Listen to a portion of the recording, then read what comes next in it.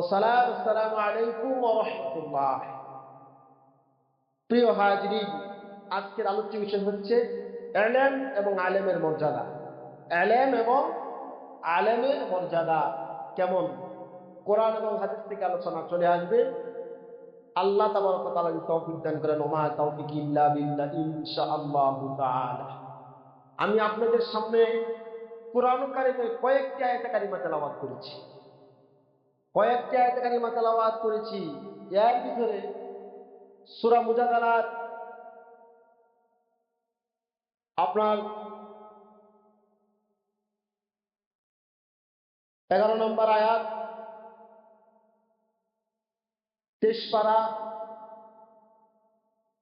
এরপরে আপনার সূরা জুমার 22 পারা, সূরা ফাতিরের 28 পারা এবং 28 পারা 16 পৃষ্ঠার 28 নম্বর আয়াত। আল্লাহ যদি তৌফিক দান করেন, এই কোরআনের আয়াতকে সামনে রেখে, রাসূলুল্লাহর হাদিসগুলোকে সামনে রেখে আলোচনা নিয়ে আসবো ইনশাআল্লাহু তাআলা। প্রিয় ভাইরা আমার, কোরআন কারীমের ইলম যে শব্দটা আমরা জানি, ইলম শব্দের অর্থ হলো জ্ঞান, উপলব্ধি করা, জানা। ইলম শব্দের অর্থ উপলব্ধি করা, জ্ঞান, জানা, বাস্তবায়ন করা, অবস্থান করা। আর এই ইলম তাকে দুইটি ভাগে ভাগ করা হয়েছে। একটি হলো দুনিয়াবি ইলম, আরেকটি হলো দ্বীনি ইলম। দুনিয়াবি ইলম হলো, যেমন আমরা দুনিয়াতে চলতে গেলে যে ইলমগুলো আমাদের প্রয়োজন, যেমন গণিত, রসায়ন, পদার্থ, বাংলা, ভূগোল, ইতিহাস, যুক্তিবিদ্যা, পরিনীতি, অর্থনীতি, রাষ্ট্রবিজ্ঞান, সমাজবিজ্ঞান, এই সমস্ত বিষয়ে জ্ঞান অর্জন করা, এটা হলো দুনিয়াবি ইলম, জ্ঞান। আর একটা হলো দ্বীনি ইলম, যেটাকে বলা হয় কোরআন, হাদিস, তাফসীর, ফিকহ, ওই সমস্ত জ্ঞান হলো দ্বীনি ইলম। যে দ্বীনি ইলমটা দুনিয়া কামে আসে, আখিরাতেও কাজে আসে। আর দুনিয়াবি যে ইলম শুধু দুনিয়ায় সীমাবদ্ধ, আখিরাতে কোনো কাজে আসে না।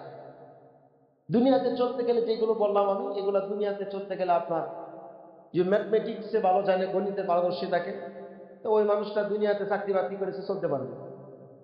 রসায়ন, পদার্থ, এই সমস্ত আইডিয়া থাকলে সে ডাক্তারি পড়াশোনা করতে পারবে। রাষ্ট্রবিজ্ঞান ভালো করে জানলে সে পলিটিক্স করতে পারবে। সমাজ বিজ্ঞান ভালো করে জানলে সে সমাজ নীতি সে ভালো করে উপলব্ধি করতে পারবে। তেমনি ভাবে ভূগোল সম্পর্কে জানলে সে ভূগোলের পৃথিবী সম্পর্কে তার আয়ত্ত আসবে। অর্থনীতি জানলে সে ব্যবসা বাণিজ্য এবং বিশেষ করে অর্থ সম্পর্কে সে তার আইডিয়া আসবে, ব্যবসা বাণিজ্য করতে পারবে। যেমন হিসাব বিজ্ঞান আছে, ফিনান্স, ব্যাংকিং আছে, এইগুলো জানতে পারলে সে দুনিয়াতে চলবে, কাজে লাগাবে। এটা দুনিয়ার সীমাবদ্ধ। আবার এলএমকে দুইটি ভাগে ভাগ করছে, একটা হলো গ্রহণীয় আর একটা হলো বর্জনীয়। গ্রহণীয় জ্ঞানটা হলো যেমন হালাল, বৈধ, ফরজ, ওয়াজিব, সুন্নত, মুস্তাহাব, এইগুলো হলো গ্রহণীয় জ্ঞান। আর যেগুলো বর্জনীয়, সুদ, ঘুষ, তারপরে চুরি, ডাকাতি, চিন্তা, রাহাজানি, এগুলো একটা জ্ঞান আছে। চুরির যদি জ্ঞান না থাকে তো চুরি করতে পারবে না। এইগুলো জ্ঞান হলো বর্জনীয় জ্ঞান। ডাকাতি যারা করে, এরাও একটা জ্ঞান নিয়ে, বুদ্ধি নিয়ে ডাকাতি করে, ব্যাংক ডাকাতি করে, করে কিনা, তারাও একটা আছে দেখেন। এটা হলো, এই জ্ঞানগুলো গ্রহণ করা যাবে না, এগুলো বর্জনীয় জ্ঞান। তাহলে এলএম শব্দের অর্থ হলো জ্ঞান, যেটা দুনিয়া এবং আখিরাতের যে জ্ঞানটা কল্যাণকর, এটা আপনার আমার প্রয়োজন, এটাই বেশি কাজে আসবে, এটাই আপনার নাজাতের উসিলা হয়ে যাবে। সুবহানাল্লাহ বলেন। প্রিয় ভাইরা আমার, আল্লাহ তাবারক ওয়া তাআলা সূরাতুল মুজাদালা 11 নম্বর আয়াতে আল্লাহ রাব্বুল আলামিন বলেন, ইয়ারফাইল্লাযীনা আমানু। আল্লাহ তাআলা বলতেছেন, যারা নাকি আল্লাহর উপরে জ্ঞান অর্জন করবে, আল্লাহর সম্পর্কে যারা ধারণা করবে, যাদের জ্ঞান থাকবে, ভাইয়ার আমার, তাদের জ্ঞানটা কেমন হবে? আমার আল্লাহ রাব্বুল আলামিন যেই জ্ঞানের কথা এখানে বলেছেন, এই জ্ঞানটা সম্পর্কে কোরআন এবং আয়াতে আমার আল্লাহ তাআলা কি বলতেছেন? ভাইয়ের আমার, এই জ্ঞানটা যারা নাকি আল্লাহ তাআলা যাদেরকে জ্ঞান দান করছেন, আল্লাহ রাব্বুল আলামিন যাদেরকে জ্ঞানে সমৃদ্ধ করেছেন, আল্লাহ তাআলা তাদের মর্যাদা বৃদ্ধি করে দিবেন, বাড়ায়া দিবেন। সুবহানাল্লাহ বলেন।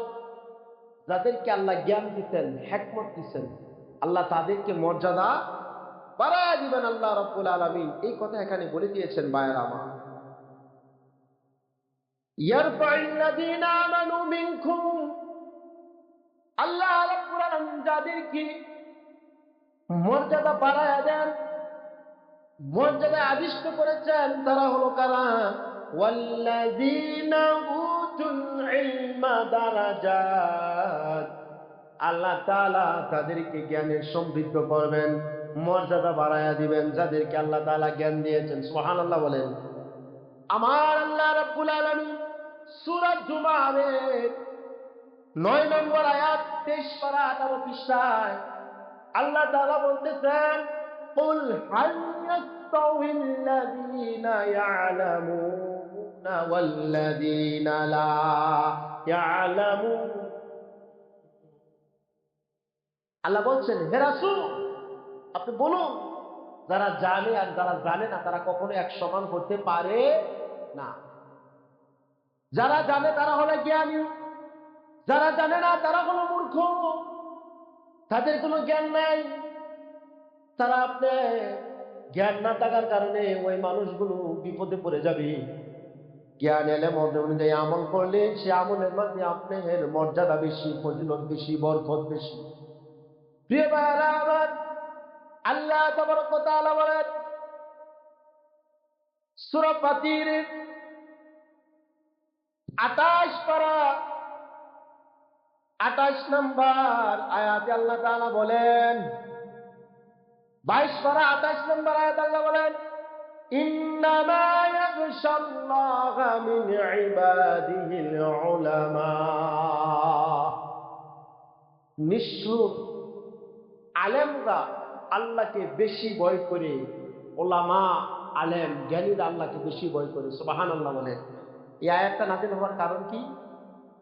এই আয়াতটা যখন নাযিল হইল, মক্কার বড় বড় বৃক্ষ যারা ছিল, জ্ঞানী যারা ছিল, মক্কার কাফেররা, মক্কার পণ্ডিতেরা, তারা নিজেদেরকে জ্ঞানী ভাবত। তারা মনে করত তিনি জ্ঞানের মধ্যে কোনো ফায়দা নাই, তিনি জ্ঞানের মধ্যে তারা নিজেদের জ্ঞানকে তারা বেশি প্রাধান্য দিত। এই মক্কার কাফেররা যখন তারা মনে করত দুনিয়ার শক্তি মনে হয় বড় শক্তি, দুনিয়ার ক্ষমতা মনে হয় বড় ক্ষমতা, দুনিয়ার ধন সম্পদ মনে হয় সবচেয়ে বড় ক্ষমতা।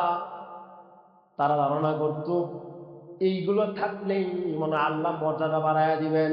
ওটা তাদের ধারণা, কাফেরদের ধারণা। তারা ধারণা করত দুনিয়ার শক্তি থাকলে মনে হয় আল্লাহ সম্মান বাড়ায়া দিবে, দলের নেতৃত্ব দিতে পারলে মনে হয় তাদের সম্মান বাড়ায়া দিবে। তারা ধারণা ছিল এইটা, ধন সম্পদ বেশি থাকলে মনে হয় আল্লাহ সম্মান বাড়ায়া দিবে, তার ধারণা ছিল এইটা। ক্ষমতা বেশি থাকলে যেন তাদের আল্লাহ সম্মান দিবে, এটা আল্লাহ বললেন না না না, দুনিয়ার শক্তি হলো এইগুলো হলো অস্থায়ী, ধন সম্পদ এগুলো অস্থায়ী, ক্ষমতা এগুলো হলো অস্থায়ী। স্থায়ী জিনিস যেটা হলো এটা হলো আমার আল্লাহ বলছেন, যেটা হলো জ্ঞান এলেম। এইটার মাধ্যমে বুঝাইছেন আলেমরাই সবচাইতে বেশি আল্লাহ রাব্বুল আলামিনকে ভয় করে। সুবহানাল্লাহ। ও ভাইরা আমার, আমার হাবিব মুহাম্মদুর রাসূলুল্লাহ সাল্লাল্লাহু আলাইহি ওয়াসাল্লাম বলেছেন, عن معاوية رضي الله تعالى عنه قال قال رسول الله صلى الله عليه وسلم, হযরত মুআবিয়া রাদিয়াল্লাহু তাআলা আনহু থেকে বর্ণিত, তিনি বললেন, মাইরিদুল্লাহু বিহি খায়রান ফাকিহু ফিদ্দীন, আল্লাহ যাকে ফিকহের জ্ঞান দান করেছেন, জ্ঞানে সমৃদ্ধ করেছেন, আল্লাহর হাবিব বললেন, আল্লাহ যারা জ্ঞান দান করছেন এই জ্ঞানকে তাদেরকে সম্মান, তাদের মর্যাদা আল্লাহ বাড়ায়া দিচ্ছেন। ইন্নামা আনা কাসিম ওয়াল্লাহু ইউতি। আল্লাহ বলেন, রাসূল বলেছেন যে আমাকে, আমি হলাম সেই জ্ঞান বন্টনকারী। সুবহানাল্লাহ বলেন, আমি হলাম জ্ঞান বন্টন করি। সুবহানাল্লাহি ওয়া বিহামদিহি। প্রিয় ভাইরা আমার, عن ابي هريره رضي الله تعالى عنه قال قال رسول الله صلى الله عليه وسلم من سلك طريقا يلتمس فيه علما سهل الله له طريقا الى الجنه متفق عليه। হযরত আবু হুরায়রা থেকে বর্ণনা, রাসূল আরবি সাল্লাল্লাহু আলাইহি ওয়াসাল্লাম বলেছেন, মান সালাকা তরিকান ইয়ালতামিসু ফিহি ইলমান, যেই ব্যক্তি জ্ঞান অর্জন করার জন্য বাহির হয়ে যায় ঘর থেকে, আল্লাহ তাআলা ওই ব্যক্তির রাস্তাটা সাহালাল্লাহু তরিকান ইলাল জান্নাহ, জান্নাতের রাস্তা করে দেন। সুবহানাল্লাহ। যে ব্যক্তি জ্ঞান অর্জন করার জন্য ঘর থেকে বাইর হয়ে যায়, আল্লাহ তার জন্য জান্নাতের রাস্তাকে সহজ করে দেন। সুবহানাল্লাহ বলে। ও ভাইরা আমার, শুধু তাই নয়, দয়াল নবীদের হাদিসে আসছে একজন আলেমের জন্য আসমান এবং জমিনে যা কিছু আছে তার জন্য মাগফিরাত, ক্ষমা প্রার্থনা করতে থাকে। শুধু তাই না, সমুদ্রের মাছগুলো তার জন্য দোয়া করতে থাকে। কন্যা সুবহানাল্লাহ। শুধু তাই না, গর্তের পিপিলিকা তার জন্য দোয়া ক্ষমা প্রার্থনা করতে থাকি একজন আলেমের জন্য, একজন আলেমের জন্য। সুবহানাল্লাহ বলতেন না? ও ভাইরা আমার, পৃথিবীর জমিনে আমরা তো মনে করি যার টাকা আছে, পয়সা আছে, তাকে বেশি আমরা মূল্যায়ন করি। যার দাপট আছে, ক্ষমতা আছে, তাকে বেশি মূল্যায়ন করি। কিন্তু আল্লাহর কাছে এগুলোর কোনো দাম নাই, মূল্য নাই। আমার আল্লাহর কাছে হলো আলেমদের মর্যাদা আল্লাহ তাআলা এত বাড়ায়া দিয়েছেন।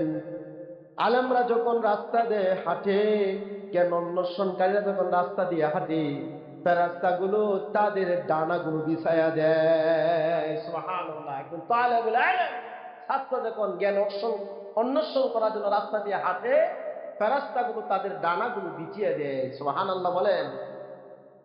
ভাইরা আমার, শুধু তাই নয়, রাসূল আরবি সাল্লাল্লাহু আলাইহি ওয়াসাল্লাম বলেছেন, আমার এবং তোমাদের মধ্যে পার্থক্যটা কেমন শোনো।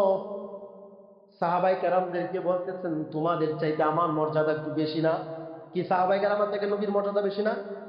তেমনি ভাবে বলতেছেন, আমার এবং তোমাদের মাঝে যেমন পার্থক্য, মর্যাদা যেমন আমার অনেক ঊর্ধ্বে, ঠিক একজন আলেম আর একজন আবেদের মর্যাদা তেমন। সুবহানাল্লাহ বলেন।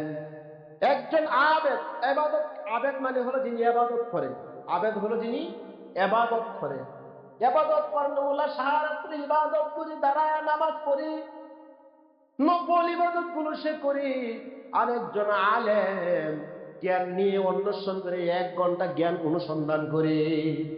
আল্লাহ তাআলা ওই আবেদের সারা রাত্রি ইবাদত করা আর আলেমের 1 ঘন্টা এলেম নিয়ে চর্চা করা, এটা তার চাইতে উত্তম বেশি। কন্যা সুবহানাল্লাহ। শুধু তাই নয় আমার, আল্লাহর নবী বলেছেন 3টা জিনিস পৃথিবীতে সবচাইতে সর্বশ্রেষ্ঠ দামি জিনিস। 1 নম্বর হলো যারা জ্ঞান অন্বেষণ করে, 2 নম্বর হলো যারা জিহাদ করে, 3 নম্বর হলো 2 নম্বরে জিহাদ করে, 3 নম্বর হলো যে মানুষগুলো আল্লাহর রাস্তায় দান করে। সুবহানাল্লাহ বলেন।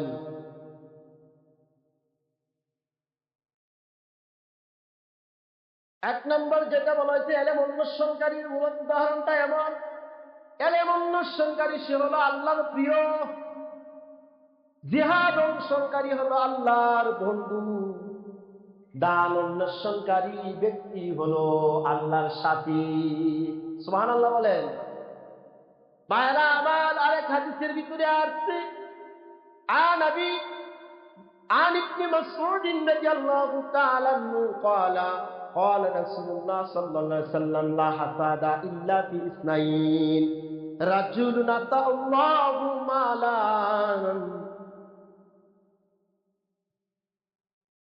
মুসলাতাহি আলা হালাকাতিহি। দয়াল নবীজি বলতেছেন, ভাইরা আমার, দুই ব্যক্তির সম্পর্কে ঈর্ষা করা যায়, হিংসা করা যায়, লা হাসাদা ইল্লা ফি ইসনাইন, দুই ব্যক্তি ছাড়া হিংসা করা জায়েজ নাই। এক ব্যক্তি হলো যে ব্যক্তিকে আল্লাহ তাআলা মাল দিয়েছেন, ধন সম্পদ দিয়েছেন, আর এই ধন সম্পদটা সে সঠিক রাস্তায় আল্লাহর রাস্তায় ব্যয় করে, এমন ব্যক্তি সম্পর্কে আল্লাহর কাছে হিংসা করা যায়। সুবহানাল্লাহ বলে। আরেক ব্যক্তি হলো যাদেরকে আল্লাহ ওয়ারাজুলুন আতাহুল্লাহু ইলমুল হিকমা, যাদেরকে আল্লাহ তাআলা হিকমত দান করেছেন, জ্ঞান দিয়েছেন, এই জ্ঞানটা সঠিক রাস্তায় ফয়সালা করে ইয়াকদি বিহা মুআল্লিমা, এই জ্ঞানটা সঠিক রাস্তায় কাজে লাগায়, এই ব্যক্তির সম্পর্কেও হিংসা করা যায়। সুবহানাল্লাহ বলে। প্রিয় ভাইরা আমার, عن ابن انس رضي الله تعالى عنه قال قال رسول الله صلى الله عليه وسلم طلب العلم فريضة على كل مسلم ومسلمة। রাসূল আরবি সাল্লাল্লাহু আলাইহি সাল্লাম বলেন, জ্ঞান অন্বেষণকারী আমার তলাবুল ইলমি প্রত্যেকটা মুসলমান, প্রত্যেকটা নর নারীর উপর জ্ঞান অর্জন করা ফরজ। হালাল হারাম, জায়েজ না জায়েজ, বৈধ অবৈধ সম্পর্কে জ্ঞান রাখা প্রত্যেকটা পুরুষ, নর এবং নারী, পুরুষ এবং মহিলার উপর জ্ঞান অর্জন করা ফরজ। আরেক হাদিসে আল্লাহর রাসূল বলছেন,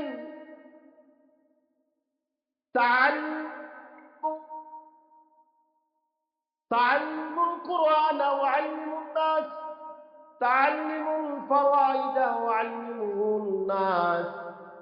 তোমরা জ্ঞান অর্জন করো, মানুষকে শিক্ষা দাও, ফারায়েজের জ্ঞান শিক্ষা করো এবং মানুষদেরকে শিক্ষা দাও, কোরআন শিক্ষা করো এবং মানুষদেরকে শিক্ষা দাও। সুবহানাল্লাহ বলেন।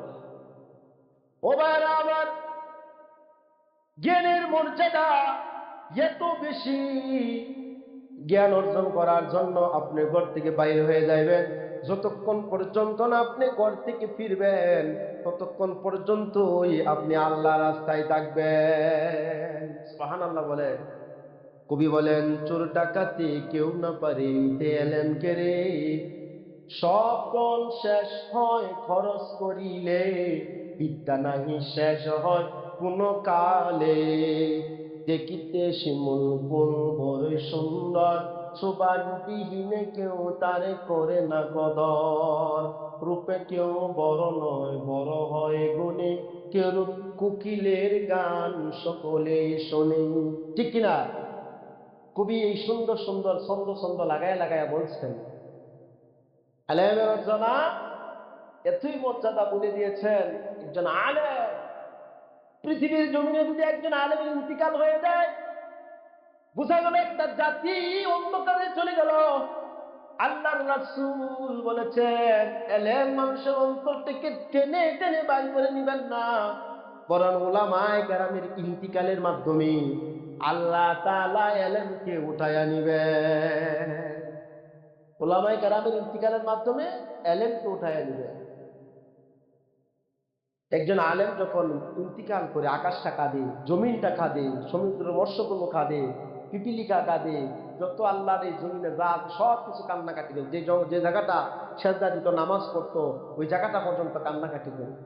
একজন আলেম চলে গেলে আকাশটা কাঁদে, দেখবেন কিছু আলামত বুঝতে পারবেন। একজন আল্লাহওয়ালা একজন যদি মারা যায়, ইন্তিকাল করে, দেখবেন আকাশটা কাঁদে, বৃষ্টি হয়। আমি আমার জীবনে অনেকগুলো জানাজা অ্যাটেন্ড হয়েছে, উলামায়ে কেরাম এবং আল্লাহর ওলিদের জানাজায় যেগুলো আমি যেয়েছি, আমি নিজে এটার প্রত্যক্ষ প্রমাণ, নিজে প্রত্যক্ষ প্রমাণ। বৃষ্টিতে দাঁড়ায় নামাজ পড়তে হয়েছে, জানাজার নামাজ। আমি কয়েকটা জিনিসের নাম বলে দিচ্ছি, আমার উস্তাদদের কাছ থেকে শুনছিলাম, কিন্তু এরপরে আমি নিজে বাস্তবে কয়টা অ্যাটেন্ড করে আমি নিজে বাস্তব প্রমাণ পাইলাম।